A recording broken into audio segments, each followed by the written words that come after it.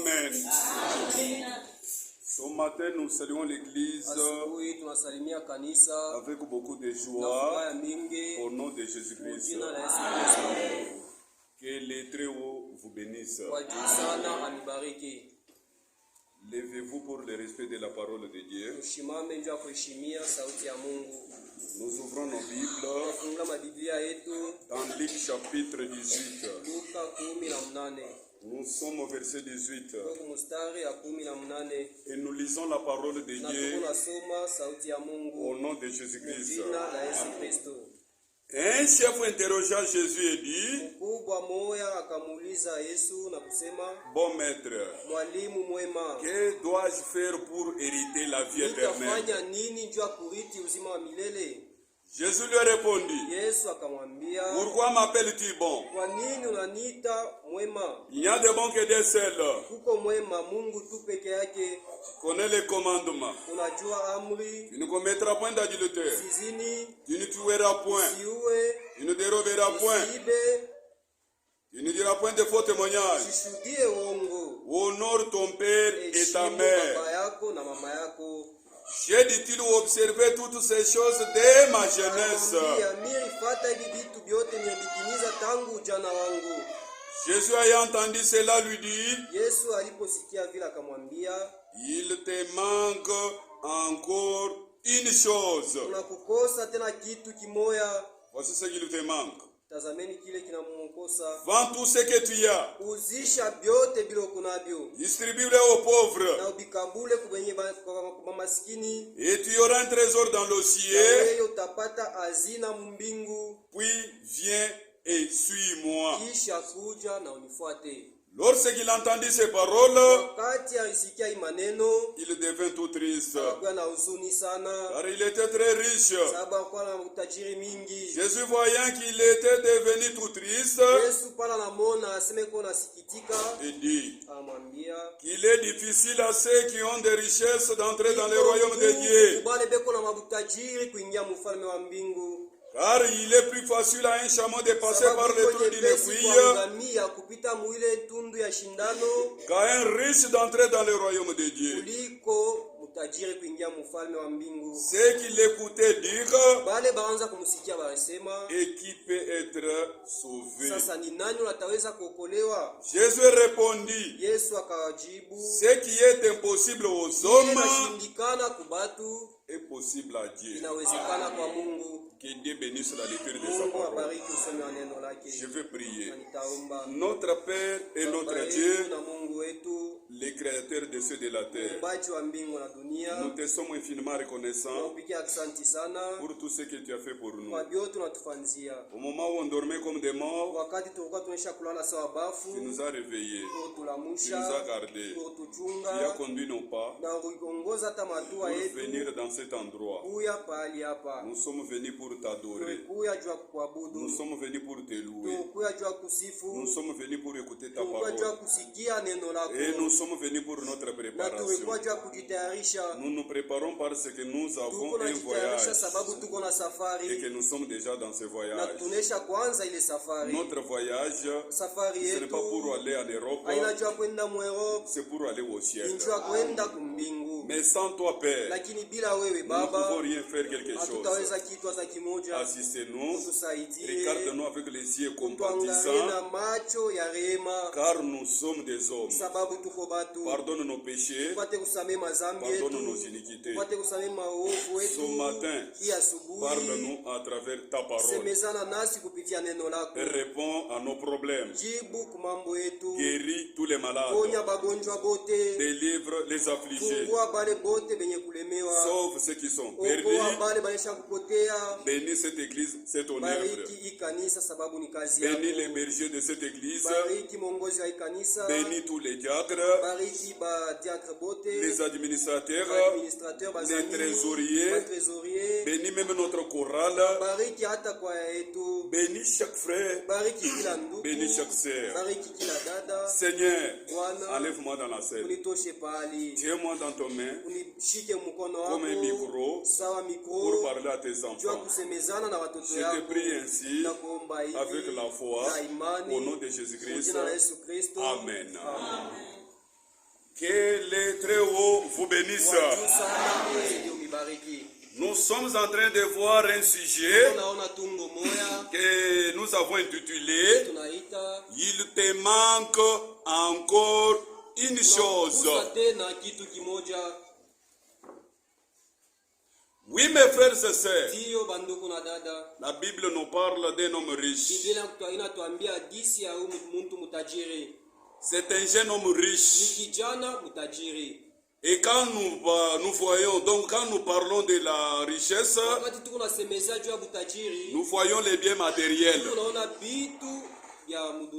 Les biens matériels, l'argent, les dollars, les véhicules, les chiens, beaucoup de choses. Et quand nous voyons comme ça, nous disons que cet homme il est riche.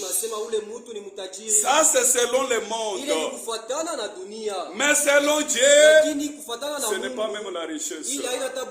C'est pourquoi mes frères et sœurs, aujourd'hui, ce que l'homme appelle la vie, ce n'est pas la vie. Alléluia. Ce que l'homme appelle aujourd'hui la vie, ce n'est pas la vie. Vous voyez, c'est un jeune homme. Il avait le moyen. Il avait les biens. Il vivait une joyeuse et brillante vie. Parce que si quelqu'un a le moyen, il vivait une joyeuse et brillante vie. S'il voulait faire quelque chose, il ne peut pas se casser la tête, il le fait facilement parce qu'il a le moyen. Oui, mes frères et sœurs, et nous avons dit l'argent c'est une bonne chose, mais c'est l'homme qui est mauvais. Alléluia. Et l'argent que nous avons, les biens que nous avons, la richesse ne répond pas à tout. Il y a d'autres choses que nos richesses peuvent répondre. Et il y a aussi d'autres choses que la richesse ne peut pas répondre. Alléluia. Comme j'avais dit dans la semaine, je reprends pour ceux qui n'étaient pas avec nous. Mais je ne prendrai pas tout. Alléluia. Avec l'argent, tu es malade. Parce que tu as l'argent, tu peux chercher même du médecin, même 20 médecins, même 5 médecins. Parce que tu as le moyen. Les médecins peuvent venir. Ils te regardent. Ils font tout. Ils peuvent écrire même le médicament. Alléluia. Tu peux acheter le médicament parce que tu as le moyen. Mais n'oublie pas, la guérison ne vient pas de médicaments que tu as achetés, mais la guérison vient de l'Éternel. Avec l'argent, parfois, tu as le véhicule, tu peux dire, comme j'ai mon véhicule, je vais voyager, je vais même à Colosie. Oui, parce que tu as le véhicule, tu peux y aller. Tu achètes les carburants, tu vas là-bas, tu commences à partir.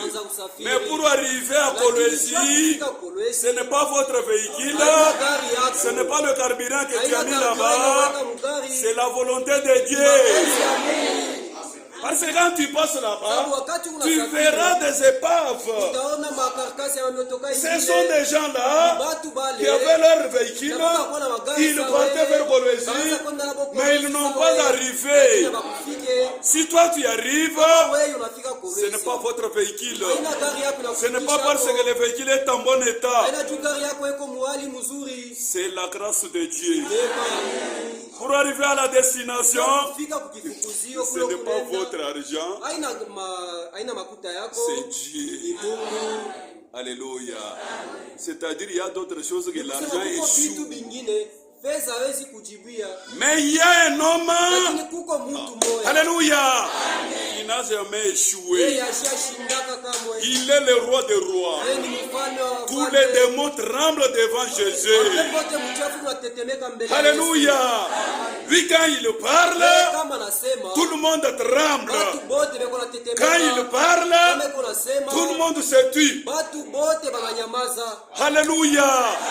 Même les princes de ce monde, tout le monde se tue. Parce que Dieu parle. Alléluia. Vous voyez cet homme, il cherchait la vie éternelle. On lui a dit ce qu'il faut faire. Pour avoir cette vie-là, il a refusé. Il est allé fâché. Comme beaucoup de gens aujourd'hui. Ils viennent à l'église. Surtout s'ils sont charnels. Surtout s'ils sont charnels, on prêche la parole de Dieu. La parole touche vos vies. Et la personne sortira ici fâchée. Je ne viendrai plus encore dans votre église là. Vous parlez toujours la vie des gens. Vous parlez toujours la vie des gens. Surtout si c'est le diacre là qui était chez toi, et tu ne vas pas même les saluer. Mon frère, ma sœur, tu ne fâches pas contre le diacre ou bien le prédicateur, mais tu fâches contre Dieu et tu auras les problèmes avec ce Dieu-là. Alléluia. Vous voyez, il est allé fâcher. C'est ainsi que Jésus a dit, vous les voyez, il cherche la vie éternelle. Je lui ai dit ce qu'il faut faire pour avoir la vie éternelle. Il est allé fâcher. Mon frère, ma soeur, la vie que nous avons ici dans le monde a une durée. Alléluia. A une durée d'expiration. Siku ingine utakufa. Un jour tu vas mourir. Mais si tu n'as pas Christ, mon frère, ma soeur, au nom de Jésus-Christ, ne quittez pas ce monde ici sans Jésus. Alléluia. Et il dit, si quelqu'un vient après moi, s'il ne renonce pas lui-même, il n'est pas digne d'être mien. Alléluia. Si quelqu'un veut me suivre, qu'il se renonce à lui-même, qu'il se charge de sa croix et qu'il me suive. Que sert-il à un homme de gagner tout le monde s'il perd son âme? Et donnerait-il un homme à l'échange de son âme? L'âme d'un homme coûte cher. C'est pourquoi ici dans le monde, tu as une âme qui a pris l'engagement pour être baptisé au nom de Jésus-Christ. Au ciel, il y a le fait. Alléluia. Alléluia. C'est la vérité, mes frères et sœurs. Et la vie éternelle, c'est la vie sans fin. Alléluia. La vie éternelle, c'est la vie sans fin. Pour la voir, nous avons dit dans Jean chapitre 6, verset 47. Jean chapitre 6, verset 47. En vérité, je vous l'ai dit. Celui qui croit en moi a la vie éternelle. La vie éternelle est uniquement en Jésus-Christ. C'est pour cela que nous croyons en Jésus pour avoir la vie éternelle. Alléluia. Vous voyez, mes frères et sœurs, il y a beaucoup de choses que nous faisons qui montrent que nous sommes aussi riches. Réellement, la richesse, ce n'est pas seulement le bien. Il y a quelqu'un qui est aussi riche dans les injures. S'il voulait injurier, il n'a pas même de formule. Et il est aussi riche. Même ce matin, mon frère, même ce matin, ma soeur, si toi aussi tu as l'habitude d'injurier les gens, si tu as l'habitude d'injurier les gens, Laisse-moi te dire ce matin, il te manque encore une chose. Tu es dans le même état avec ses patrons. Il y a encore d'autres qui sont riches dans les vols. Alléluia. Tu peux voir quelqu'un, on a attrapé un homme, il a volé même la poule. Et toi aussi tu sors. Tu commences aussi à faire. Nini. C'est quoi? Qu'est-ce qu'il y a eu? Il a volé la poule. Alléluia. Il a volé la poule. Ah, même si on peut dire. Et tu oublies que toi aussi tu es volé. Si tu ne payes pas la dîme, tu es volé. Et laisse-moi te dire, il te manque encore une chose. Tu es dans le même état avec ses patrons. Tu es dans le même état avec un bandit à main armée.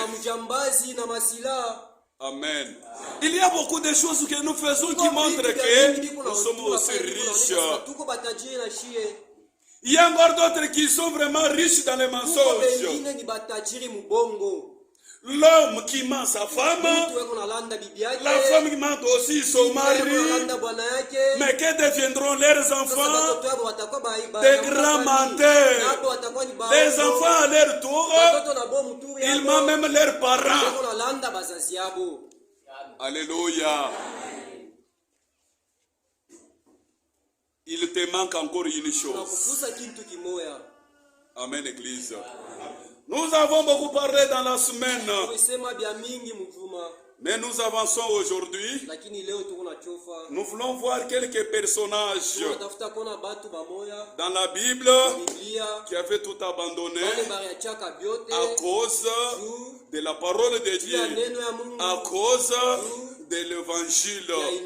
Qu'est-ce qu'ils ont devenir après? Alléluia. Nous sommes maintenant dans Luc, là nous venons de lire, au verset 28.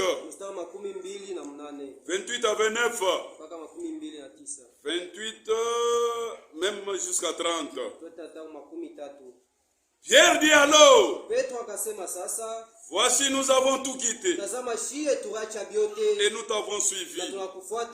Jésus leur dit, je vous l'ai dit en vérité, il n'est personne qui a rien quitté à cause du royaume de Dieu, sa maison, sa femme, ses frères, ses parents, ses enfants, ne reçoivent beaucoup plus dans ce siècle-ci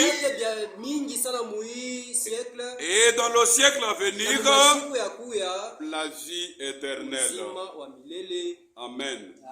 Maintenant les disciples, qu'est-ce qu'ils ont abandonné? Quand Jésus parlait avec cet homme riche, les disciples étaient là. C'était ce que Pierre a dit. Cet homme ici, il a donné son témoignage. Il ne vole pas.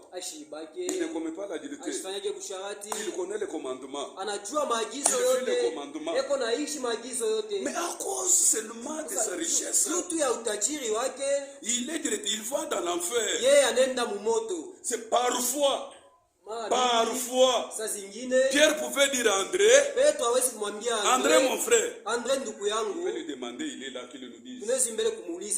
Nous avons tout quitté, nous avons suivi, qu'il puisse nous dire maintenant, nous saurons quoi. Nous aurons quoi. Alléluia. C'est ainsi qu'il a répondu, c'est lui qui a quitté à cause de moi, à cause de la bonne nouvelle, sa maison, son frère, sa sœur, ainsi de suite, il aura des 100 sur 100. Allez, dans ce siècle ici, alléluia, cette écriture, ça se fait automatiquement Parce que nous sommes dans le sang de Jésus. Vous qui êtes ici, mon frère, vous qui êtes ici, ma sœur, vous êtes mes frères et sœurs que Dieu m'a donné ici à Doumboué. Je n'ai pas la famille biologique, mais j'ai la famille chrétienne. D'ailleurs, nous sommes nombreux. Partout là où nous irons, il y a nos frères et nos sœurs. Parce que nous avons encore quitté. J'ai quitté ma mère. J'ai quitté mon père. Dieu m'a donné des mères. Dieu m'a donné mes pères. Vous n'êtes pas mes pères. Vous êtes mes frères. Vous n'êtes pas mes mères. Mais vous êtes mes sœurs. Alléluia. Dans le sang de Jésus. Mon frère, celui qui est à côté de toi, c'est ton frère que Dieu t'a donné dans le sang. Vous n'avez pas même l'effort de conjuguer pour que vous soyez attachés les uns aux autres. Si toi tu es dans le sang, lui aussi dans le sang, donc la profondeur appelle encore une autre profondeur. Vous serez unis ou automatiquement. Ça ne demande pas même qu'on puisse vous enseigner. C'est la vie de Christ en vous. Alléluia. Si mon frère souffre, la souffrance de mon frère, c'est ma souffrance. Sinon, si nous ne faisons pas ça, il nous manque encore une chose. Nous sommes dans Matthieu. Matthieu chapitre 4.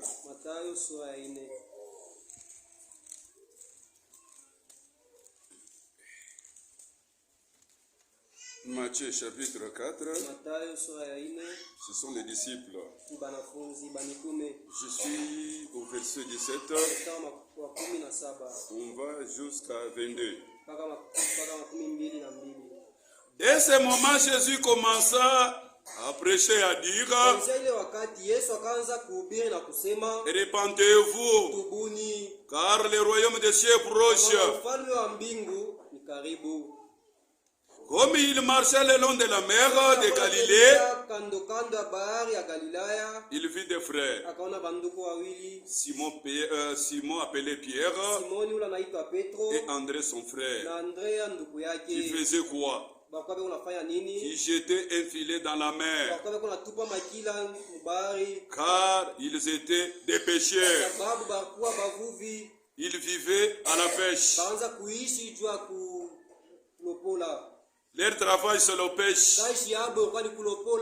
Mais écoutez ce qui s'est passé.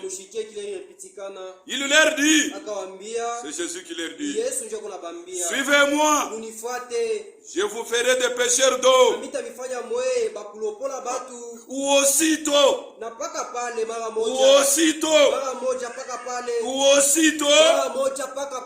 ils laissèrent les filets. Alléluia. C'est ça notre exemple. Alléluia. Ce sont les gens-là que nous devons imiter.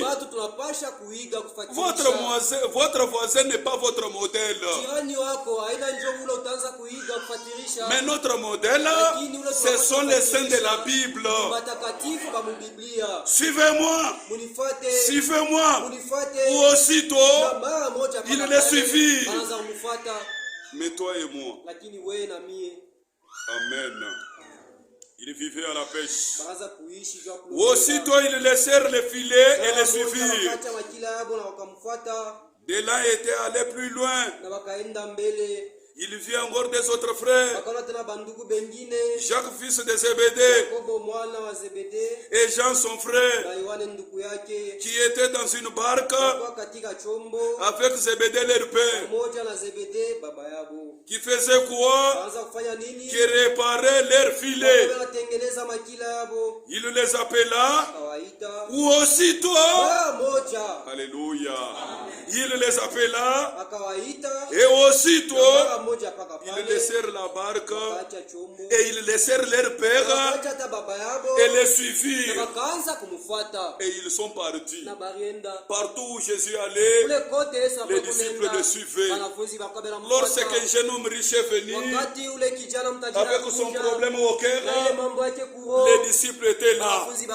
Après la conversation, Pierre a demandé, mais nous avons tout quitté. Nous avons abandonné nos filets. Nous avons abandonné nos parents. Nous avons abandonné notre travail. Nous avons abandonné le travail. Nous t'avons suivi. Quand sera-t-il pour nous? Mon frère, ma soeur, croire, ce n'est pas perdre, mais croire, c'est gagner. Croire, ce n'est pas perdre. Mon frère, tu peux perdre ton temps, mais ne perdez pas Jésus. Croire, ce n'est pas perdre. Croire, c'est gagner. Quand vous gagnez quelque chose que vous n'avez pas, quelque chose que vous n'avez pas, Dieu vous a fait grâce pour le gagner. Croire, nous croyons pour gagner Dieu, pour gagner Christ. Souvenez-vous que dans ce temps-là, vous n'avez pas Christ. Vous étiez des pécheurs, vous étiez des païens. Mais aujourd'hui, le Dieu du ciel, son amour a été tombé sur nous. Vous qui étiez joyeux et éloignés, le sang de Jésus nous a rapprochés. Alléluia. Croire, c'est gagner. Amen. C'est la vérité, mes frères et sœurs. Voyons encore un type. C'est Paul. Nous sommes dans Philippiens.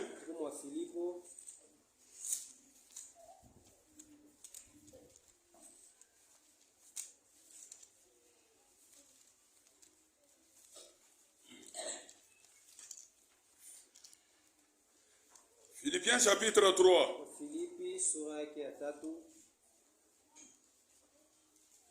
Commençons au verset 3. Ça, c'est l'autre personne. C'est ça même notre modèle.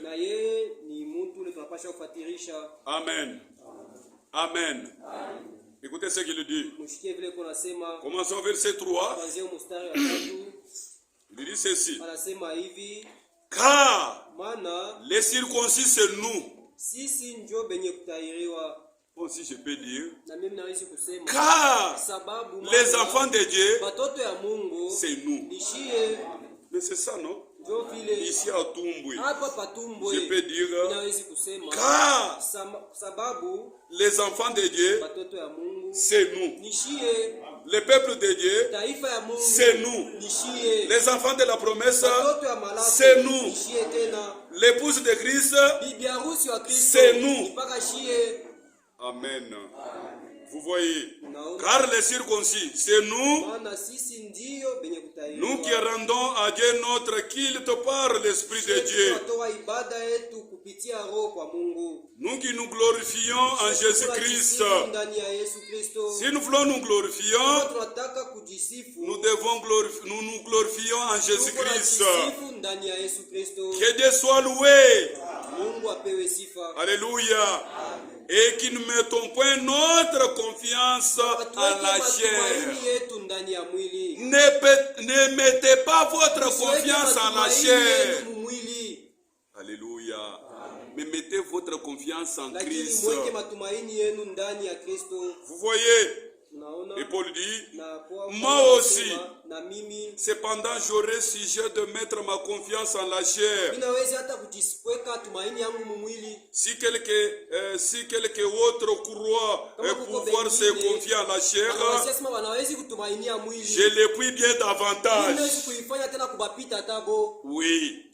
Moi circoncis le 8e jour.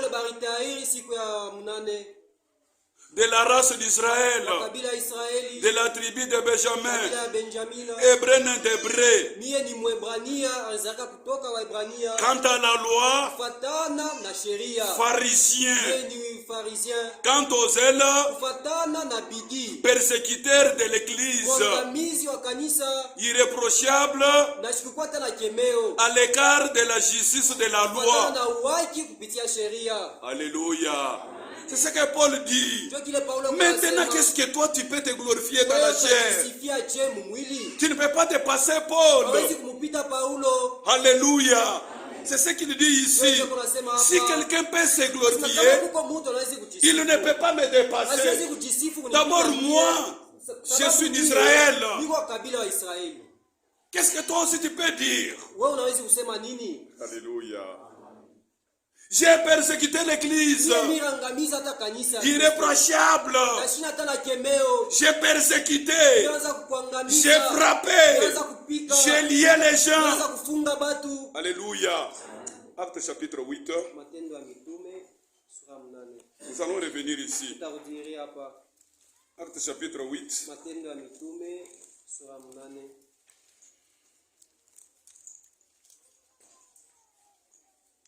Nous sommes dans notre sujet, il te manque encore une chose.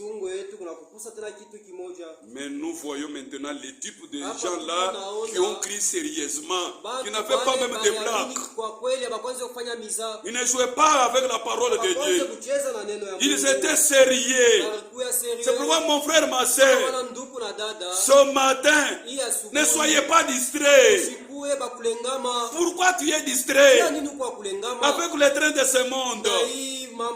Avec les histoires qui se font dans le monde. Nous sommes dans le monde, mais nous ne sommes pas de ce monde. Chez nous, c'est au ciel. Nous devons nous comporter comme les gens du ciel. Nous ne pouvons pas nous comporter comme le reste du monde. Vous voyez, Acte chapitre 8, verset 3. Saul de son côté a ravagé l'église,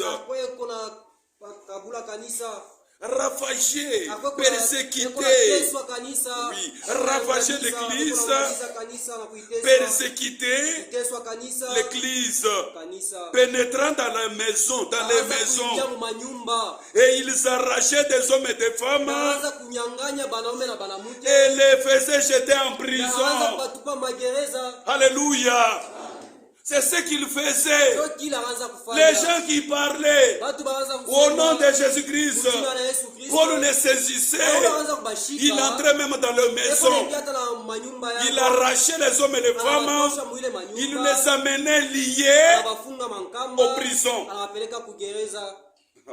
Alléluia. Un jour, le roi des rois, le Seigneur Jésus-Christ, le temps est arrivé, il s'est rencontré avec Saul, il a changé sa vie. On n'a jamais vu un homme qui s'est rencontré avec Jésus et cet homme-là reste toujours la même personne. Il y a quelque chose qui ne va pas. Laisse-moi te dire, il te manque encore une chose. Alléluia. On n'a jamais vu un homme qui s'est rencontré avec l'homme de Galilée.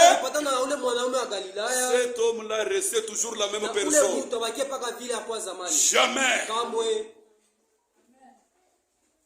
Il est l'unique qui transforme même nos vies, qui change même nos vies.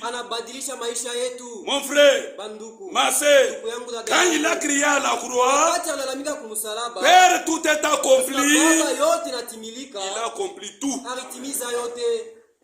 On va lire. Alléluia. Vous voyez, c'est ce que Paul faisait. Il arrachait les hommes et les femmes. Il les liait. Il les frappait.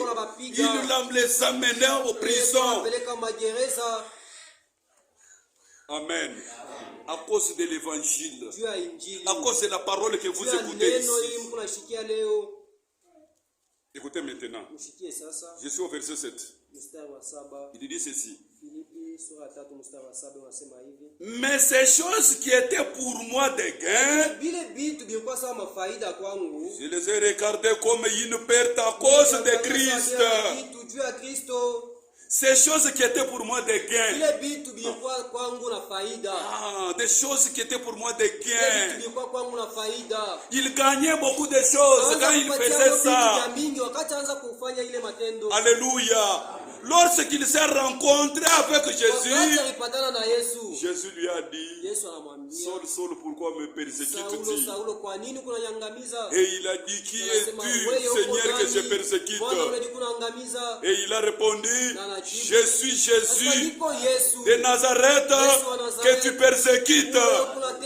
Persécuter l'église, c'est persécuter Jésus. Persécuter l'enfant de Dieu, c'est persécuter Jésus. Mon frère, faites attention avec ta femme. Ta femme doit être l'enfant de Dieu. Si tu la persécutes, tu persécutes Dieu. Ma femme, ma soeur plutôt, ma soeur, faites attention avec ton mari. Tu peux le persécuter et tu persécutes Dieu sans le savoir. Faites attention. N'aurez pas de problème avec Dieu. Alléluia. Vous voyez, il a dit ces choses qui étaient pour moi des gains. Je les ai regardées comme une perte. Je les ai regardés comme une perte à cause de Jésus. Mon frère, ma soeur, ce matin, qu'est-ce que tu as regardé aussi comme une perte à cause de la parole de Dieu? Qu'est-ce que tu as regardé aussi comme une perte à cause de ce message? Qu'est-ce que tu as déjà regardé comme une perte, ma sœur, à cause de Jésus-Christ? À cause de l'enlèvement. Qu'est-ce que tu as regardé comme une perte? Alléluia. Et même j'ai regardé toutes choses comme une perte. J'ai regardé toutes choses, tout comme une perte. C'est pourquoi mon frère, ma soeur, dans le monde, il n'y a plus encore à espérer. Tout est pourri, tout est corrompu. Quand nous attendons la paix, et la paix, ici sur la terre, il n'y aura pas la paix. La paix au moins quand Jésus viendra prendre l'épouse. C'est ça la vraie paix. Il y a beaucoup de gens qui parlent n'importe quoi. Ils oublient la parole de Dieu, l'accomplissement de la prophétie. Même si on prend frère Franck, on le met le président de la République, il n'y aura pas la paix. Puisque nous vivons aux dernières jours, tout est compliqué, tout est pourri. Ne regardez pas ce mouvement, oui, regardez à celui qui t'a appelé. Tu dois te préparer pour aller dans l'enlèvement. Sortez dans la politique. Abandonnez la politique.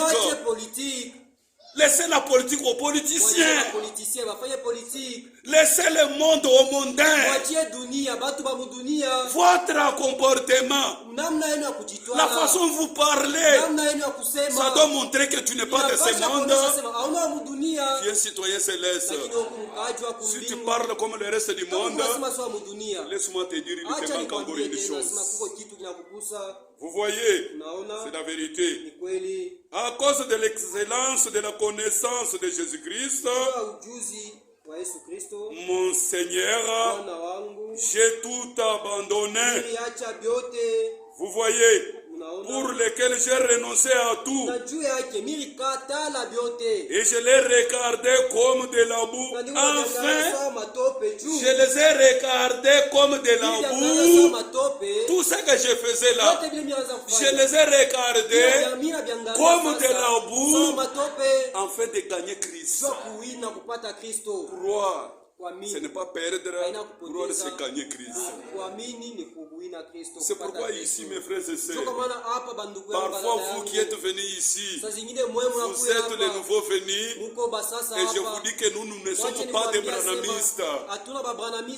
Nous sommes des chrétiens. Nous ne sommes pas des branhamistes. Nous ne prions pas au nom de Branham. Nous nous prions au nom de Jésus-Christ. C'est l'unique Dieu que nous avons. C'est celui qui est mort à la croix pour te sauver, pour me sauver. Vous voyez, je les ai regardés comme de la boue afin de gagner Christ et d'être trouvé en lui. Il faut gagner Christ et d'être trouvé aussi en lui. C'est ça le problème. Tu as cru la parole de Dieu. C'est très bien. Est-ce que réellement tu es dans ce Dieu-là? C'est pourquoi il dit, tous ceux qui me disent Seigneur, Seigneur, n'entreront pas tous. Beaucoup appellent Jésus sur la bouche, mais au cœur, Jésus n'est pas là. Mon frère, votre vie montre ce qui est en toi. La façon dont tu parles, la façon dont tu agis, ça montre ce qui est en toi. Ce qu'un homme fait, ça montre ce qu'il est en lui. Alléluia. C'est la vérité, mes frères et sœurs. Non avec ma justice,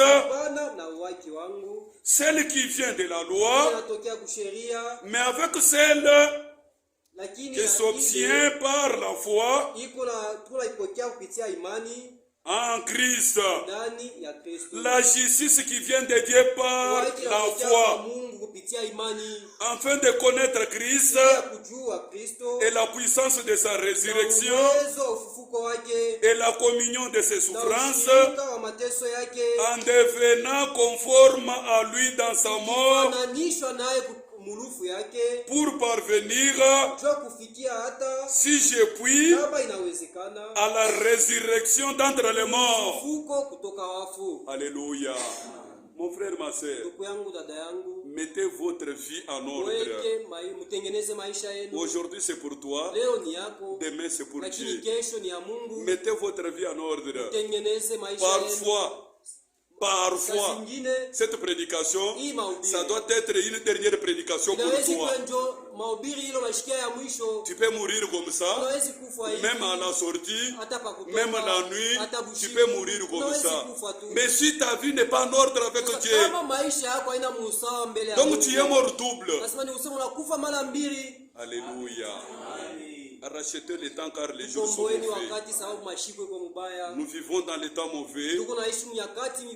Mettez votre vie en ordre. Regardez à la parole de Dieu. Tu vis comment? Vous voyez? Écoutez ce qu'il dit. Ce n'est pas que j'ai déjà remporté le prix ou que j'ai déjà atteint la perfection, mais je cours. Nous courons. Alléluia. Nous courons pour tâcher de les saisir. Saisir qui? Le Seigneur Jésus. Alléluia. Faites tout. Ne croyez pas que tu es déjà arrivé. Ne croyez pas que tu es déjà parfait. Nous sommes dans ce corps d'humiliation. Nous sommes un sujet de haut et de bas. Nous sommes un sujet de haut et de bas. Tenez ferme dans la parole de Dieu. Vous voyez? Mais je cours pour tâcher de les saisir. Puisque moi aussi, j'ai été saisi par Jésus-Christ. Alléluia. Il faut qu'il soit dans nos cœurs. Et hier nous avons dit, mettez Jésus dans ton cœur, dans la première position. L'amour, mon frère, que Dieu a pour ta femme ne peut pas dépasser l'amour de la parole de Dieu. Alléluia. L'amour que tu as, ma sœur, ne peut pas dépasser l'amour de Dieu. L'amour que tu as pour ton mari ne peut pas dépasser l'amour de Dieu. Ou bien l'amour de la parole de Dieu. Vous voyez, frère, je ne pense pas l'avoir saisi. Mais je fais une chose, oubliant ce qui est en arrière. Mon frère, ma soeur, même si tu étais un bandit, même si tu as tué les gens, ce matin, je te dis, oublie ça, répands-toi. Alléluia. Jésus t'appelle. Tu es déjà baptisé dans le nom de Jésus-Christ. Oublie déjà ta vie passée. Même si tu es un Doumba, oublie cela. Tu es déjà baptisé dans l'eau. Et tu as déjà la vie éternelle. Alléluia. Vous voyez, je fais une chose. Oublie ce qui est en arrière, mais pourtant vers ce qui est en avant. Nous regardons vers ce qui est en avant, sur la promesse que Dieu nous a promis, son retour. Alléluia. Verset 14. Je cours vers les buts pour remporter le prix de la vocation céleste de Dieu en Jésus-Christ. C'est pourquoi Paul dit, j'ai déjà oublié le passé. Oubliez le passé, mon frère. Ma sœur, oubliez le passé. Ne revenez pas encore dans la boue. Tu étais dans la boue, un homme t'a ramassé, il t'a fait laver, il t'a établi pour que tu sois appelé maintenant enfant de Dieu. Ne retournez pas encore dans la boue, ne rétrogradez pas, continuez toujours à avancer. Même si nous avons des problèmes, même si vous êtes malade, ne regardez pas aux grandeurs de votre maladie. Même si vous avez un problème, ne regardez pas aux grandeurs de votre problème. Regardez à celui qui t'a appelé. Il est le plus puissant. Alléluia. Car ce qui est en toi est plus grand que ce qui est dans le monde. Ne regardez pas aux problèmes que tu as. Regardez à celui qui t'a appelé. Amen. C'est ce que Paul pouvait dire aussi. Tout m'est permis, mais tout n'est pas utile. Tout m'est permis. 1 Corinthiens chapitre 6. 1 Corinthiens chapitre 6.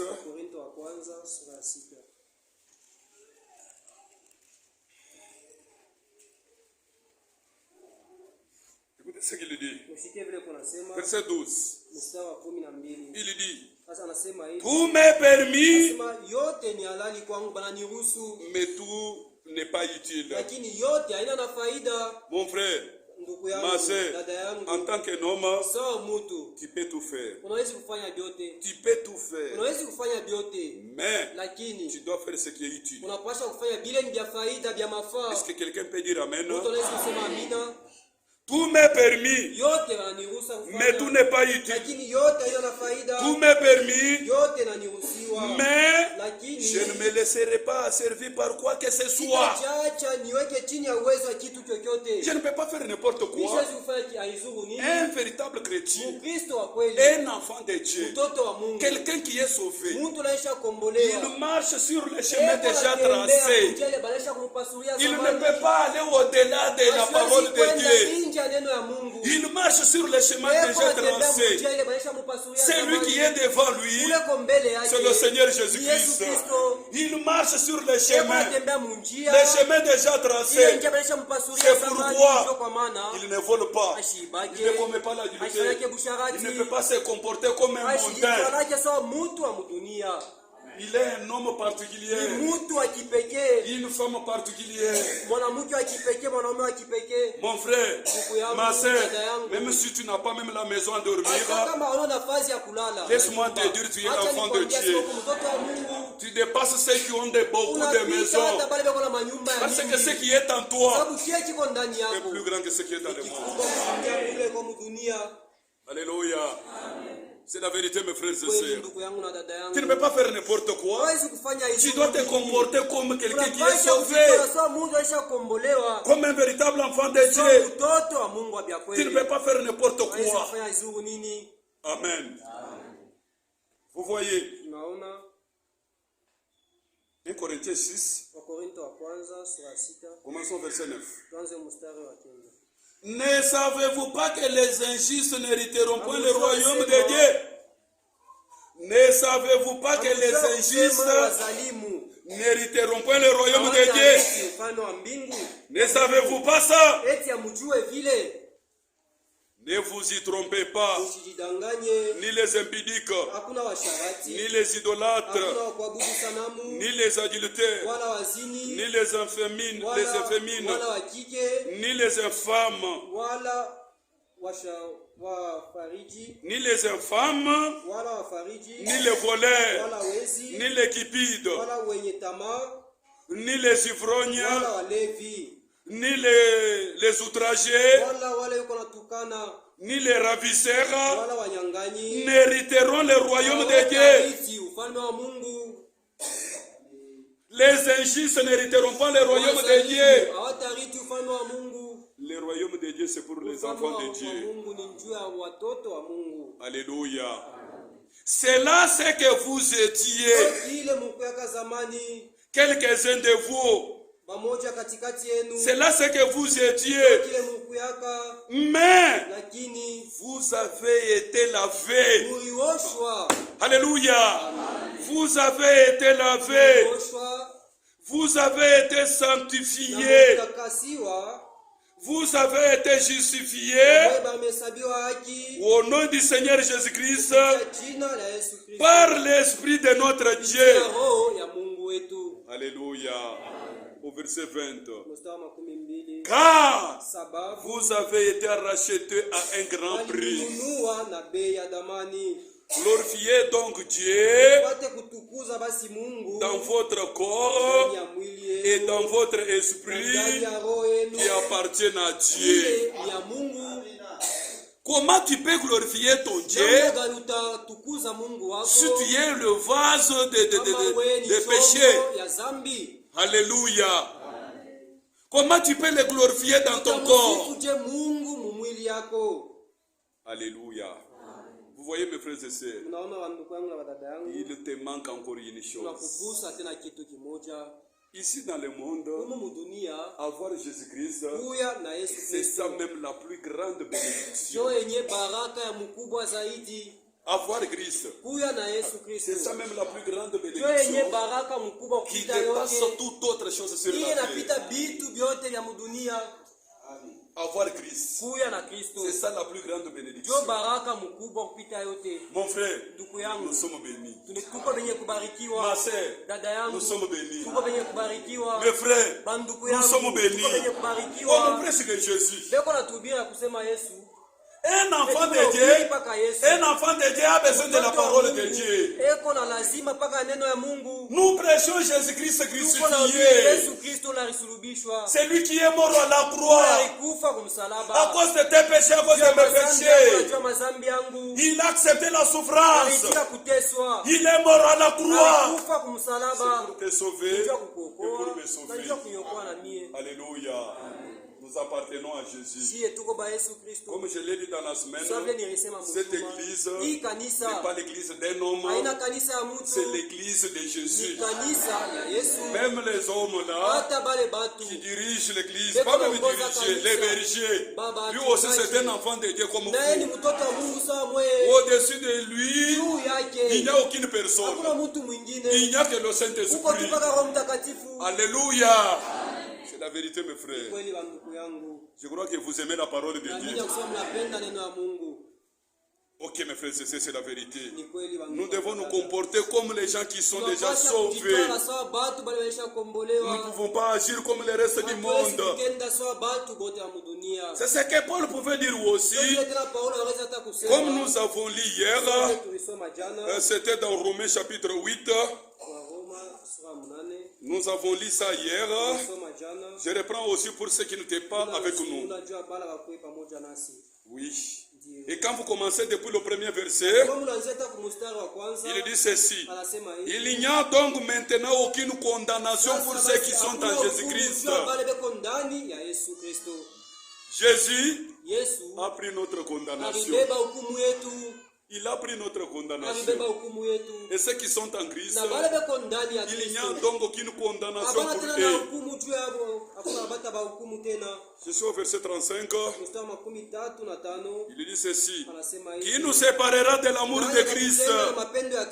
Christ qui est mort pour moi à cause de mes péchés. Qui peut me séparer de cet amour?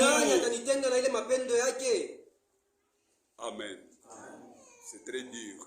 Mais c'est la parole de Dieu. Supporter, c'est la parole de Dieu. Supporter, c'est la parole de Dieu. Ok. Qui nous séparera de l'amour de Christ? C'est la tribulation, ou la famine, ou l'angoisse, ou la persécution, ou la faim, ou la nudité, ou les périls, ou l'épée.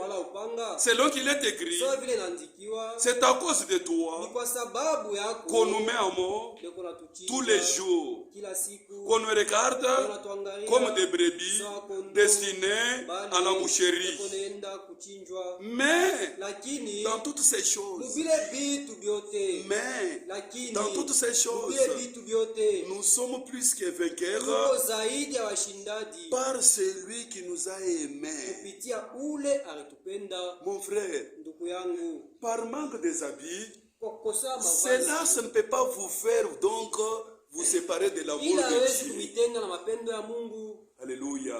À cause de tout cela, nous sommes plus que vainqueurs par celui qui nous a aimés. Celui qui nous a aimés, c'est le Seigneur Jésus-Christ. Avec Jésus-Christ en nous, nous sommes des vainqueurs. Alléluia. Nous avons vaincu même la faim, la nudité, la souffrance. Nous avons vaincu par celui qui est en nous. Est-ce que vous comprenez ça? Alléluia. Descendons d'abord là-bas. Vous voyez, car j'ai l'assurance que ni la mort, ni la vie, ni les anges, ni les dominations, ni les choses présentes. Les choses présentes sont nombreuses. Il y en a beaucoup de choses qui peuvent t'empêcher de venir écouter la parole de Dieu. Mais si tu es de Dieu, c'est la souffrance dans ton cœur. Tu peux avoir un travail. Le travail là te lie, tu es lié au travail. Tu n'as pas même le temps de venir écouter la parole de Dieu. Réellement, si tu es l'enfant de Dieu, tu fais ce travail-là avec des gémissements. Alléluia. Mais Dieu va t'aider. Dieu va t'aider. Vous voyez, ni les choses présentes, ni les choses à venir, ni les puissances, ni la hauteur, ni la profondeur, ni aucune autre créature ne pourrait nous séparer de l'amour de Dieu manifesté en Jésus-Christ, notre Seigneur. Mon frère, ma soeur, tu ne viens pas à l'église. Pourquoi? Tu as tes propres raisons. Laisse-moi te dire, il te manque encore une chose. Alléluia. Il te manque encore une chose. Comme je l'ai dit, la plus grande bénédiction dans le monde, qui dépasse toute autre chose, c'est d'avoir Jésus-Christ dans ta vie. Pas dans l'église. Jésus-Christ dans ta vie. En tant qu'un chrétien, tu dois avoir une expérience personnelle personnel de ton Dieu. Alléluia. La plus grande bénédiction, c'est en Jésus-Christ. Nous sommes dans Éphésiens. Éphésiens chapitre 1er. Vous allez lire jusqu'au verset 14. Mais moi, je vais sauter d'autres versets pour gagner du temps. La plus grande bénédiction qui dépasse d'autres choses sur la terre, c'est d'avoir Jésus-Christ dans ta propre vie. Écoutez ce que la Bible nous dit. Verset 3. Béni soit le Dieu, béni soit Dieu le Père de notre Seigneur Jésus-Christ, qui nous a bénis de toutes sortes de bénédictions. Alléluia. Qui nous a bénis de toutes sortes de bénédictions spirituelles. Nos bénédictions sont spirituelles. Oh, j'ai l'argent, je suis béni. Tous ceux qui ont l'argent ne sont pas bénis. Alléluia. Oh, il est béni parce qu'il a le moyen. Le moyen ne signifie pas que tu es béni de Dieu. Même les païens, ils ont ça. Quelqu'un qui est béni, il a quelque chose que les autres n'ont pas. Nous allons lire la parole de Dieu. Vous voyez, dans les lieux bénédiction spirituelle, dans le lieu céleste en Christ. En Christ, Dieu nous a élus avant la fondation du monde. Dieu te connaissait avant la fondation du monde. Il nous connaît même le nombre de gens qui sont aujourd'hui ici dans l'église. Il connaît le futur dès le commencement. C'est ça notre Dieu. Est-ce que l'église vous me suivez? Que les très hauts vous bénissent. En Christ, Dieu nous a élus avant la fondation du monde pour que nous soyons saints et irrépréhensibles devant lui. Dieu nous a élus avant la fondation du monde pour que nous soyons saints et irrépréhensibles devant lui. Est-ce que les saints sont ici? Les saints sont ici. Alléluia. Mon frère, ma soeur, laisse-moi te dire, tu es sainte, ma soeur. Mon frère, tu es saint. Même si les gens disent, dans le monde, il n'y a pas de saint. Toi, tu peux dire, ce que tu dis, c'est faux. Il y a le saint. Alléluia. En commençant par moi, je suis saint. Pourquoi? Les saints est en moi. Alléluia. Je suis en Christ. C'est pourquoi je suis saint. La vie que je suis en train de mener montre ce qui est en moi. En tant qu'un homme, je suis le sujet de fautes et de faiblesses. Ne regardez pas aux fautes et aux faiblesses, mais je suis l'enfant de Dieu. Alléluia. Un véritable enfant de Dieu, il mène une bonne vie qui honore ce qu'il déclare être chrétien. Vous êtes là? La vie de la sainteté. Et on ne fabrique pas la sainteté. La sainteté, c'est la vie chrétienne. Vous devez mener une bonne vie qui honore ce que vous déclarez être chrétien. Alléluia. Quand tu marches comme un caméléon, cela ne montre pas que tu es saint. Non. La sainteté, c'est une vie. Une vie chrétienne. C'est pour cela que Dieu nous a élus avant la fondation du monde. S'il y a des gens qui peuvent montrer Dieu ici à Tumbwe, c'est vous qui êtes ici. À travers votre comportement, comment vous vous agissez à la maison, au travail, au marché, ou au champ, tu te comportes comment? Tu peux faire quelque chose. Tu vois ton frère qui fuit. Alléluia. Sache qu'il y a l'œil invisible qui te voit. C'est le Seigneur Jésus-Christ. C'est pourquoi nous sommes bénis à Jésus-Christ. Vous pouvez aller continuer même jusqu'au verset 14. C'est ça la plus grande bénédiction. C'est d'avoir Jésus-Christ. Jésus-Christ en nous. C'est ça la plus grande bénédiction. Écoutez Jésus ce qu'il nous dit aussi dans Jean chapitre 14.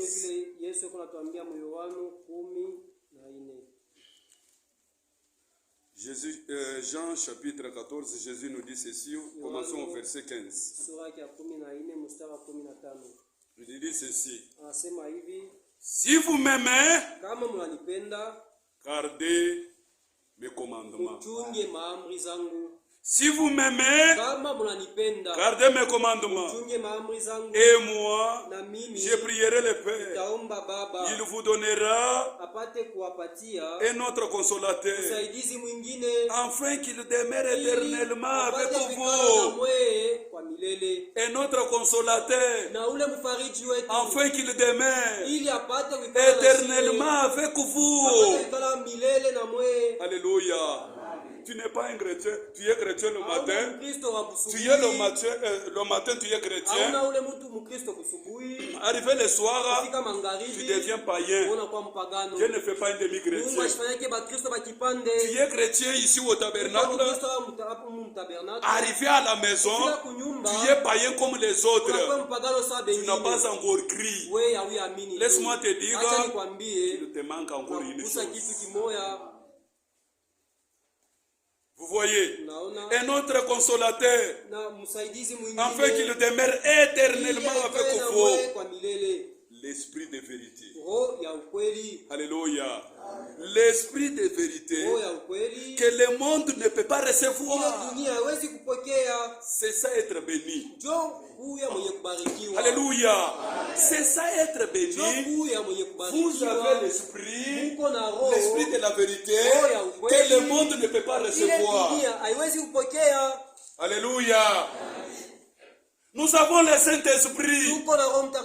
Ce n'est pas le Saint-Esprit que les gens de la dénomination disent qu'ils ont le Saint-Esprit. Et ils vivent une vie qui est contraire à la parole de Dieu. Jamais. Si vous avez le Saint-Esprit, il est là pour vous conduire dans toute la vérité. Il va te montrer, toi une femme, comment tu peux t'habiller. Même les habits que tu portes, le Saint-Esprit en toi te dira, ça ne te convient pas. Ça c'est pour les païens. Ça ne demande pas de venir même ici pour qu'on puisse vous prêcher. Il faut porter des habits de telle manière. Le Saint-Esprit en vous, il vous enseignera toutes choses. Même celles-là qu'on n'a pas même enseigné, le Saint-Esprit va vous enseigner. Mais quel est le Saint-Esprit en toi qui te montre de porter les pantalons d'une femme? Et tu portes les pantalons, tu montres même les sous-vêtements. Et tu dis que tu as le Saint-Esprit. Ça, ce n'est pas le Saint-Esprit. Alléluia.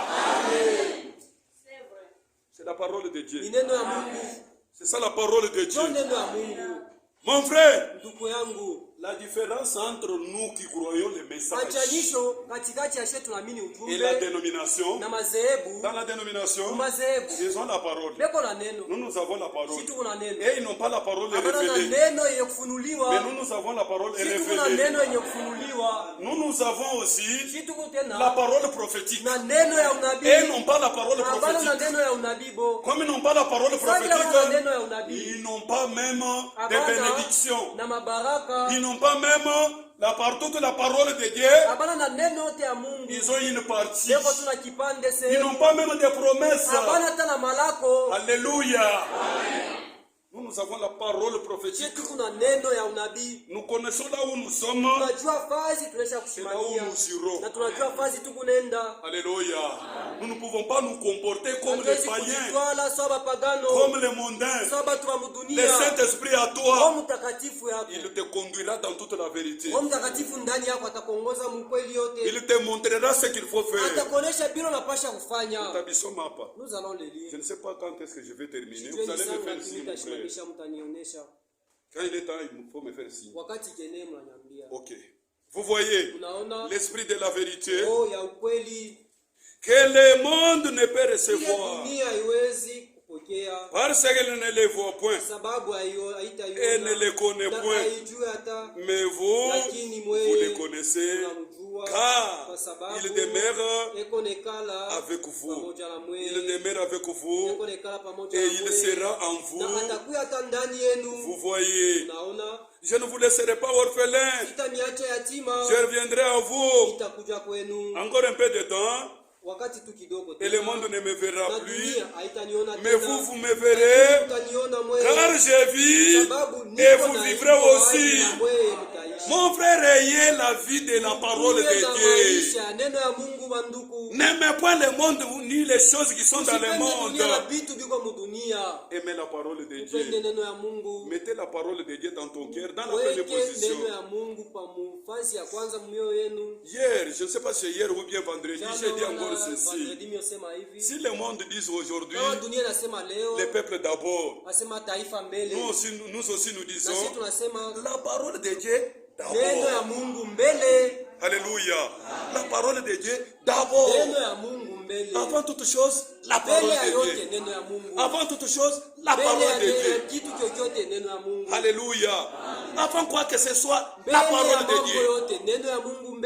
Si la parole de Dieu est dans ton cœur dans la première place, mon frère, ma soeur, on ne va pas t'exhorter pour aller à l'église.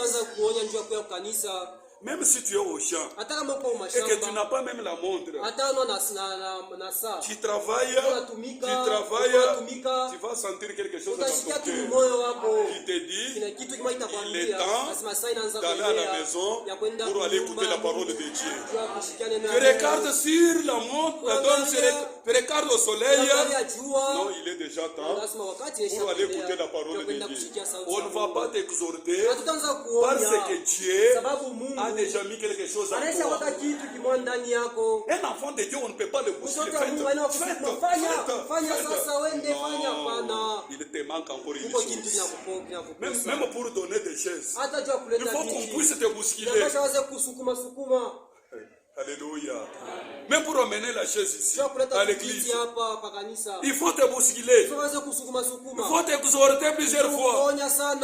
Si tu n'as pas l'argent, prends même ta chaise là à la maison. Amène-les ici. Alléluia. Pardonnez-moi, c'est la prédication. Je suis votre frère, ne fâchez pas contre moi. Ne dites pas que les frères, ils commencent à parler aussi pour les chaises. Alléluia. Ça, c'est votre problème. Ça, c'est le Saint-Esprit qui parle. Puisqu'il y a d'autres dans son cœur, ils disent, amenez quoi? Les chaises à l'église. Pour aller donner au pasteur. Jamais. Je ne peux pas mener. Moi, je vais m'asseoir sur ce que Dieu te fait là-bas. Frère, sœur, il te manque encore une chose. Le Saint-Esprit te voit. Je ne sais pas pourquoi je dis ça. C'est le Saint-Esprit qui te voit. Je n'ai pas préparé ça sur les papiers. Il n'y en a pas, mais c'est le Saint-Esprit qui te voit. Si tu fais quelque chose et que ton cœur est sincère et ton cœur est pur, Dieu va te bénir. Mon frère, le Dieu que nous croyons, il parle. Il parle. Il peut te dire, comme on a demandé une chaise, moi je te dis, donne même 5. Si tu donnes, Dieu va toujours te bénir. Alléluia. Dieu ne peut pas descendre du ciel pour mettre des chaises ici. Non, c'est vous. Alléluia. Et cet esprit vous enseignera toutes choses. Vous voyez, c'est lui qui a mes commandements et qui les garde. C'est celui qui m'aime. Et celui qui m'aime sera aimé de mon Père. Je l'aimerai et je me ferai connaître à lui. Alléluia. Je me ferai connaître à lui. Verset 23. Jésus lui répondit, si quelqu'un m'aime, il gardera ma parole. Et mon Père l'aimera, et nous viendrons à lui, et nous ferons notre demeure chez lui. Et celui qui ne m'aime pas, et celui qui ne m'aime pas ne garde point mes paroles. Et la parole que vous entendez n'est pas de moi, mais du Père qui m'a envoyé. Et je vous ai dit ces choses pendant que je demeure avec vous. Mais le consolateur, l'Esprit Saint, que le Père enverra en mon nom, vous enseignera toutes choses et vous rappellera tout ce que je vous ai dit. C'est ça le rôle du Saint-Esprit. Avoir le Saint-Esprit, c'est ça même être béni. Si vous n'avez pas le Saint-Esprit, mon frère, ma soeur, vous n'êtes pas béni. Être béni, c'est avoir le Saint-Esprit. Dieu ne peut pas te donner le Saint-Esprit et tu commences à vivre une mauvaise vie. Non. Alléluia. Il te manque encore une chose. Je vais arrêter dans quelques minutes. Ok. Je prends maintenant la prédication abandonnant tout. Je continue à lire comme nous avons lu hier. C'est un jeune homme riche qui cherchait comment ils peuvent avoir la vie éternelle. Nous avons déjà lu dans la Bible et vous connaissez déjà l'histoire. Maintenant, il dit ici, je suis au paragraphe 22, quand il devait abandonner tout ce qu'il possédait afin de recevoir la vie éternelle, alors la question était à la porte. Celle de savoir s'il était en mesure de le faire. Et cette question est placée devant chacun de nous ce matin. Mon frère, ma soeur, à cause de la parole de Dieu, à cause de Jésus-Christ, à cause de l'enlèvement, est-ce que tu peux tout abandonner? Est-ce que tu peux tout abandonner? Que le Très-Haut vous bénisse. Et n'oublie pas, la seule façon pour nous de suivre Christ, c'est suivre sa parole et y obéir. C'est-à-dire croire la parole de Dieu et obéir à toute la parole de Dieu. Puisque c'est lui qui a crié, il a la foi. Et la foi marche ensemble avec l'obéissance de la parole de Dieu. Alléluia. Et la Bible nous dit aussi, la foi sans les œuvres est morte en elle-même. Et il n'y a pas des œuvres, mon frère, ma soeur, s'il n'y a pas de problème. Attendez quand le problème t'arrive. Mon frère à la maison, attendez quand le problème t'arrive. Ma soeur à la maison, attendez quand le problème t'arrive. On verra si tu es chrétienne ou bien tu es païenne. Mon frère, attendez quand le problème t'arrive. Puisqu'il y a beaucoup de gens, nous sommes vraiment bien, Dieu nous a aimés. Il vient dans l'église quand tout marche bien. Mais quand Dieu change maintenant et les choses ne marchent pas, la personne abandonnera la parole de Dieu. Laisse-moi te dire, il te manque encore une chose. Amen. Vous voyez, cette même question est placée devant chacun de nous.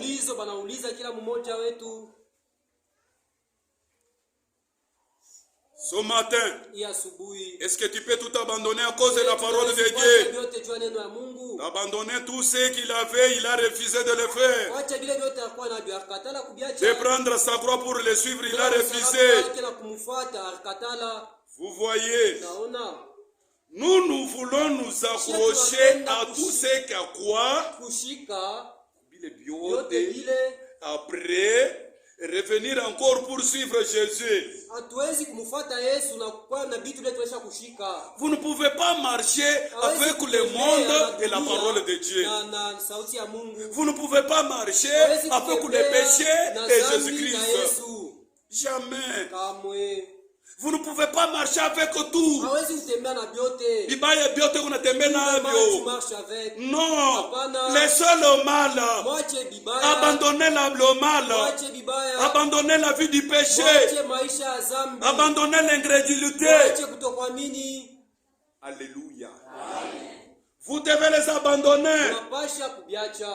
Et puis ensuite, nous venons suivre Jésus. Mais parfois, Jésus veut que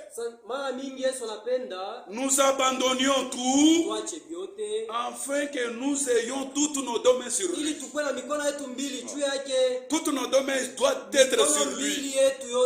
Quand je m'engage à Jésus-Christ, je m'engage de tout mon corps.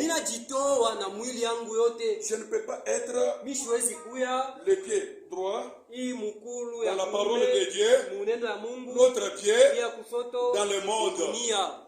Je n'aurai pas l'équilibre de marcher. Je ne peux pas bien marcher. Pour bien marcher, tu dois être dans la parole de Dieu, tous les pieds dans la parole de Dieu. Tous les pieds doivent être dans la parole de Dieu. Ce que Dieu dit, c'est ce que tu feras. Je ne peux pas être le matin chrétien, le soir païen. Non. Vous voyez, je suis au paragraphe 32. C'est exactement ce que Dieu exige de tout abandonner pour le suivre. C'est ce que Dieu exige. Nous devons aussi le faire en tant que les chrétiens. Amen. Ils nous font abandonner même nos pensées. Si nos pensées au sujet de quelque chose est contraire à la parole de Dieu, nous sommes obligés d'abandonner nos pensées. Nous sommes obligés d'abandonner même nos voix. Si nos voix sont contraires à la parole de Dieu, nous devons les abandonner.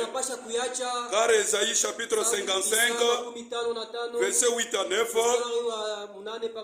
la Bible dit, car mes pensées ne sont pas vos pensées.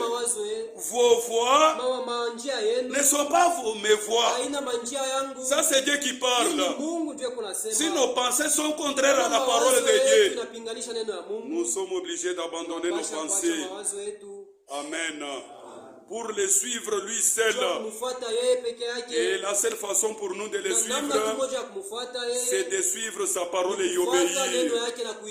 C'est ce que Dieu demande et exige. C'est que nous abandonnions tout pour le suivre. Mais en le faisant, nous découvrons parfois que nous devons abandonner même nos amis. Alléluia. Et souvent c'est une chose difficile à le faire pour abandonner un ami, mais en tant qu'un chrétien, nous sommes obligés de l'abandonner. Alléluia. À cause de la parole de Dieu. Je ne dirai pas à mon ami, moi je suis devenu déjà chrétien. À partir d'aujourd'hui, je ne marche pas avec toi. Tu ne marches pas avec moi. Je ne dirai pas ça. L'esprit qui est en moi. Donc les œuvres que j'ai avec les œuvres qu'il a, ça ne va pas marcher ensemble. Lui-même, il va commencer à m'esquiver. Il va commencer à m'esquiver. C'est ce que nous faisons. C'est une expérience. Vous voyez, le frère Branham dit, montre-moi les genres d'amis que tu as. Je dirais l'esprit qui est en toi. Si tu marches avec un voleur, un jour tu deviendras aussi voleur. Même si tu viens au tabernacle, tu marches avec un voleur. Il a volé la nuit. On le cherche. Vous êtes avec lui quelque part dans une maison. Lorsqu'on l'attrape et que toi tu es là, tu seras aussi attrapé. Vous tous, vous êtes des voleurs. C'est ça le message biblique du temps de la fin. Je peux marcher avec quelqu'un si je les domine. Ah, ce que je dis, c'est ce qu'il fait. Alléluia. Je peux marcher avec lui. C'est un ami. Si nous avons aussi des amis qui sont des païens. Amen. Même au travail, nous travaillons aussi avec des païens. Amen. Mais moi, je suis la lumière. Je suis une lampe allumée pour éclairer ceux qui sont dans les ténèbres. Alléluia. Vous voyez, c'est la vérité. Et nous prenons paragraphe 50 et 34. La Bible est contre ces choses. Dieu est contre ces choses. Quoi? Les jeux de cartes. Un frère qui joue les jeux de cartes. Frère, tu es quelle sorte de frère? Un frère qui joue les cartes. Les jeux d'argent. Loterie. Frère, ça ne te fait pas même honte. Ce sont des choses qui appartiennent aux païens. Mais toi tu es un chrétien. Alléluia. Alléluia. Les jeux de cartes, fumer la cigarette, boire de whisky, une femme qui porte des vêtements immoraux. Et ça ne vous fait pas même honte. Quand tu marches là, les traces des sous-vêtements, n'importe qui les voie. Ça ne te fait pas même honte. Mon frère, toi le fumeur, abandonnez ça. Alléluia. Amen. Si l'Esprit de Dieu est en toi, ne supportera pas de bêtises. C'est là où nous allons. C'est là où je vais arrêter. Vous voyez. Et puis, vous faites cela et vous professez être chrétien. Si cet esprit-là qui est en vous ne condamne pas cela, alléluia, ne condamne pas cela, alors il y a quelque chose qui ne va pas avec l'esprit qui est en vous. C'est-à-dire vous n'avez pas le Saint-Esprit. Si vous voyez quelqu'un qui dit que je suis un chrétien joueur. Toi tu es ici à l'église, au football on t'attend pour aller jouer le football. Tu sors ici, tu vas là-bas à la maison, tu enlèves les pantalons, tu portes la culotte. Un frère qui va jouer le football, tu es quelle sorte de frère? Jésus n'a jamais fait ça. Les disciples n'ont pas fait ça. Qui est ton père? Satan. Il te manque encore une chose. Même si tu ne voles pas, laisse-moi te dire, il te manque encore une chose.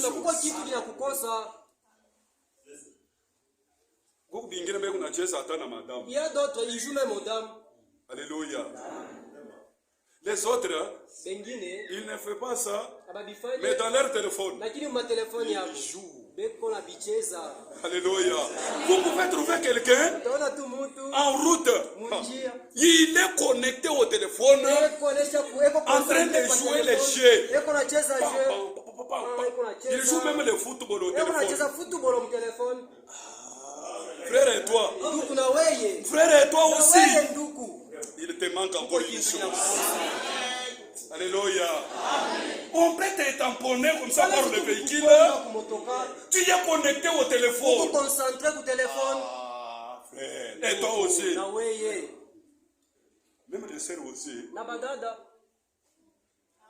Alléluia. Les téléphones ici, Ima téléphone. c'est une bonne chose. Ni kitu kizuri. Maintenant, nous les hommes, nous les utilisons très Sie mal. batu jote tunavitumikisha Ça mubaya. nous aide ici pour appeler Inatusaidia kuita d'autres choses. na vitu vingine. Mais Oumu, Mpaka humu Satan est là. shetani yeko hapo. Satan est dans cette histoire ici. Shetani yeko mwili bitu. Surtout, il y a digital ibi, d'Android ibi. Android. Satan est là. Shetani yeko hapo. Ça nous aide maintenant. Voyez comment on est en train de nous filmer. Tunaona vile unatufilme. Alléluia.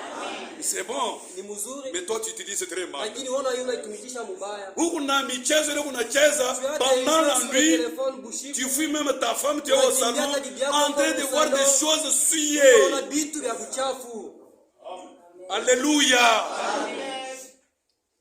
Ce qui est en toi, Bile viko ndani ce yako. que tu fais, ça montre ce qui est en toi. Unafanya kinaonesha kile kiko ndani yako. Alléluia. Moi, je peux me connecter Mimi naweza najiconnecter. pour écouter la prédication, Ninafuata mahubiri. pour écouter les cantiques, tout ça. Ninafuata mimbo na Mais pas vingine. pour rentrer mon bintu de buchafu. Non pas kufuata des choses souillées. Tu es un homme marié. Uko mtu unaisha Mais tu es en train des choses qui te suivent Unafuata davantage. vitu bila kuna kuchafula zaidi. Laisse-moi te dire, il te Acha manque encore une nikwambie kuko chose. kitu kinakukosa. Vous êtes dans le même état avec ses patrons, Na we awachane na ule mtajiri. les frères joueurs, We frère joueur. les fanatiques. We ndugu fanatique. Alléluia. Pendant qu'on joue là-bas, je ne sais Wale pas si à beko Kinshasa, wanacheza mais c'est kule. où. Là où toi tu Ouais, es dans le même esprit avec ceux-là qui jouent là-bas. Tu es connecté Wako là-bas. connecté na bale beko mustad. Nous sommes connectés au ciel. Tuko connecté kumbingu. Alléluia. Nous sommes connectés au ciel. Tuko connecté kumbingu. Mon frère, Ndugu yangu. ma sœur, Dada yangu. connectez-vous au ciel. Mujiconnecté kumbingu. C'est la vérité, mes frères et Ni sœurs. kweli bandugu na badada. Les jeux de cartes, Michezo ya makarta tout cela. na vile L'esprit vingine. qui est en toi, s'il ne condamne pas ce que tu Kama ile fais, roho iko ndani yako haibihukumu vile vitu. il y a quelque chose qui ne va pas Uko avec kitu l'esprit qui est en akiendeke na vous. ile roho iko ndani yako Elle vous conduira itaniongoza et elle doit le faire si vous avez l'esprit de na Dieu. itaniongoza kama mko na roho ya Mungu. L'esprit de Dieu va vous Roho conduire. ya Mungu itaniongoza. Vous voyez, Naona elle doit le faire. inapasha kuniongoza. Si elle ne le fait pas, Kama iniongoze c'est-à-dire vous êtes ni séduit. kusema mlesha utongozewa. Comment le Saint-Esprit Je Roho Mtakatifu peut-il écrire quelque chose inawezi kuandika kitu et vous, na mwe vous faites volte face, mnabikatala vous faites volte face mnabikatala et vous dites que vous êtes un na chrétien. mnasema mko Mkristo. Honte à vous, Haya yenu il te manque encore une uko kitu chose. kinakukosa. Vous voyez, Unaona vous faites le wewe contraire mnafanya kinyume ya vile basi kwa njia et ya vous Roho dites que Mtakatifu. c'est le Saint-Esprit Na wewe unasema ni Roho qui Mtakatifu vous conduit. ule kuna Vous miongoza. ne le pouvez pas. Hapana, muwezi Ça, ce n'est pas le Saint-Esprit. ila ina Roho Mtakatifu. Alléluia. Vous voyez, Unaona c'est la ni vérité. kweli. Ainsi, fumer la cigarette, Hivi kufuta tumbako, prendre du whisky, kunywa whisky, jouer au jeu de cartes, kucheza michezo ya makarta, une femme qui se coupe qui coupe ses chevelures, mtu ule kuna kata nywele yake, qui porte des shorts, ule kuna vala matuputula, qui porte des collants ule kuna vala makolan, et toutes ces autres choses na vitu vingine. fausses. Bile vitu vyote Ce sont vibaya, des choses fausses, vitu vibaya, des choses fausses et impies. vitu vibaya na bichafu. Et vous n'irez nulle part Utaenda fazi à moins que vous cessiez de faire cela. ni paka tu mulasha kubifanya. Honte à vous qui le Haya faites. yenu, wewe mko nabifanya. Vous n'avez pas même honte quand vous le faites. Eti ya mushikia taya pale mnabifanya. Nous lisons le message. Tunasoma ujumbe. C'est ça le message biblique du temps de la fin. Ujumbe ya Biblia C'est wakati ce ya message mwisho. ici qui nous a différenciés avec la na dénomination. madhehebu. Alléluia. Avant de faire quelque chose, il faut avoir même honte. Mbele ya kufanya kitu tunapasha mbele hata na haya. Vous voyez, Unaona? c'est pourquoi Ndio kwa maana vous devez tout abandonner tunapasha kuacha vyote pour suivre Christ. kwa kufuata Kristo. Vous devez abandonner Na mnapasha kuacha vos propres idées. Vos propres idées. mawazo yenu. Vous devez vous conformer à sa parole. Kutiisha kuneno yake. Église, conformez-vous à la parole de Dieu. Kufananishwe na neno ya Mungu. Mon frère, conformez-vous à la parole de Dieu. Kufananishwe na neno ya Mungu. Abandonner le mal. Acha bibaya byote. Tu ne peux pas te comporter comme le reste du monde. Sawa mabaki ya dunia. Vous voyez, Unaona? jamais le Saint-Esprit ne supportera pas de bêtises. Inavumilia bitu bibaya, mabetizi. Jamais le Saint-Esprit ne reniera une parole qu'il a été déjà prononcée. Et la Bible a été écrite par le Saint-Esprit. C'est ce qui dit la Bible. C'est ce qui dit la Bible. Si les paroles de la Bible sont Dieu, au commencement était la parole, et la parole était avec Dieu, et la parole était Dieu. Et la parole a été faite chair et a habité parmi nous. Maintenant, la parole pour ce moment, la parole a été faite esprit. A été fait esprit, habité en nous. Car je serai avec vous, même en vous, jusqu'à la fin du monde, jusqu'à la consommation du monde. La parole a été faite esprit. C'est cet esprit qui habite en nous. Pour terminer, maintenant sur le même Dieu qui a écrit la Bible est en vous, vous ne vous appartenez plus. Vous ne pouvez pas vivre comme vous voulez. Non. Vous êtes mort aux choses du monde. Vous êtes mort à vos propres pensées. Et la pensée qui était en Christ est en vous. Alors là, vous abandonnez tout pour les suivre. Pas suivre vos propres pensées. Mais ce que lui Dieu dit, c'est ce que vous allez suivre. Pas suivre ma volonté, mais la volonté, mais la tienne. Alors vous commencez à vous aligner sur la parole de Dieu. Alléluia. Qu'est-ce que je gagne en abandonnant tout? Quand j'abandonne tout, je gagne Christ. Alléluia. Pour ce matin, que le Très-Haut vous bénisse richement. Que le Très-Haut vous bénisse richement. Je vous donne aussi l'invitation de venir. S'il y a la semaine prochaine pour nous, venez encore écouter la parole de Dieu. Je veux qu'on puisse chanter, pour qu'on puisse faire l'appel à l'autel. Je vais libérer maintenant la chair. On peut chanter CC 77. Ah, il est à ça. Nouvelle connexion. Quel jour de gloire quand Jésus m'a sauvé. Et quand nous chantons, et que toi qui n'as pas encore pris l'engagement, pour qu'on puisse te baptiser dans le nom de Jésus-Christ, Dieu t'appelle, venez ici devant. Nous allons prier pour toi et on va te baptiser au nom de Jésus-Christ. Je ne sais pas si la chorale est prête.